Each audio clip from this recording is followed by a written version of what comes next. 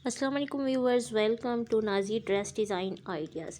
Viewers, आज इस video में आप छोटी बच्चियों की शलवार या पजामा जो घर में नॉर्मल कैजुअल वियर होता है उसकी प्रॉपर आप कटिंग और स्टिचिंग सीखेंगे। इसके लिए मैंने कपड़ा ले लिया है और इसकी मैंने 4 लेयर्स बना ली हैं। इसको आप प्रॉपर अच्छी तरह से प्रेस करके फ़ोल्ड कर लें और इसकी 4 लेयर्स बना लें, क्योंकि जब भी हम शलवार की कटिंग करते हैं तो हमें इसकी को सेंटर में से फ़ोल्ड करते हैं और इसकी 4 लेयर्स बनाते हैं। अब आप इसकी टोटल लंबाई मेजरमेंट कर लें, जितनी भी आपको लंबाई चाहिए। मुझे 33 इंचज़ इसकी टोटल लंबाई चाहिए थी फ़ोल्डिंग का मार्जिन रख के, तो मैंने 33 इंचज़ इसकी लेंथ ली है और इसकी जो चौड़ाई है, जो इसकी विड्थ है, वो 14 इंचज़ मैं ले रही हूँ। आप अपनी बच्ची के साइज़ के मुताबिक जो है वो उसकी लंबाई और चौड़ाई लीजिए।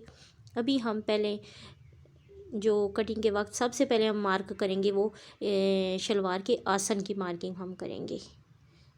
जितना भी आसन आपको चाहिए, मुझे 14 इंचज़ इसका आसन टोटल चाहिए था। 2 इंचज़ मार्जिन छोड़ के तो मैं 14 इंचज़ ले रही हूँ।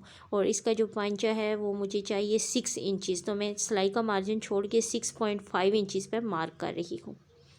जब आप आसन की मार्किंग कर लेंगे, ऊपर से आप फोल्डिंग का मार्जिन छोड़ के आसन की मार्किंग कीजिए, फिर पांचे की मार्किंग कीजिए और फिर पांचे की मार्किंग और आसन की मार्किंग के साथ जो है वो इनको आपस में आपने इस लाइन को आपने मिलाना है।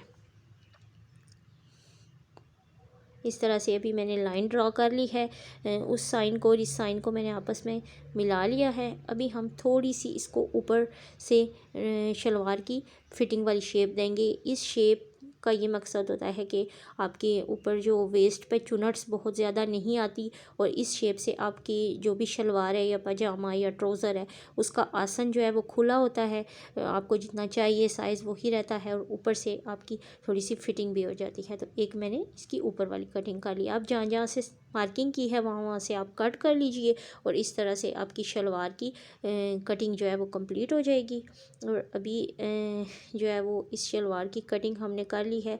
अभी हम इस शलवार को स्टिच करेंगे और स्टिच करते हुए आपने इसको ओपन कर लेना है। अभी इसके 2 पीसीज हैं, राइट और लेफ़्ट 2 पीसीज हमारे पास इसके रेडी हो गए हैं। पहले जो हम इसको स्टिच करेंगे हम यहाँ से स्टार्ट करेंगे। जो इसकी आसन की कटिंग हमने की है वहाँ से हम इसकी स्टिचिंग स्टार्ट करेंगे।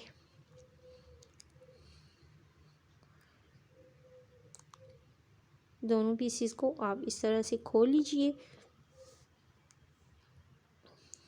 और जो शलवार के आसन की साइड से हमने कटिंग की थी यहाँ से हम इसकी स्टिचिंग स्टार्ट करेंगे।